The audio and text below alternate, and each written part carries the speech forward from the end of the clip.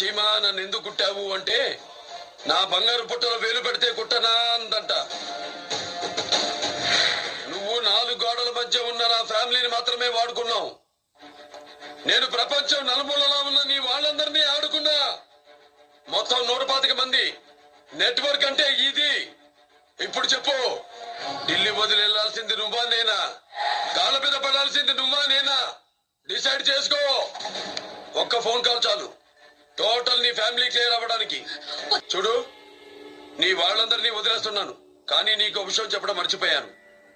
నేను కిడ్నాప్ చేసిన వాళ్ళల్లో నీ అల్లుడు కూడా ఉన్నాడు.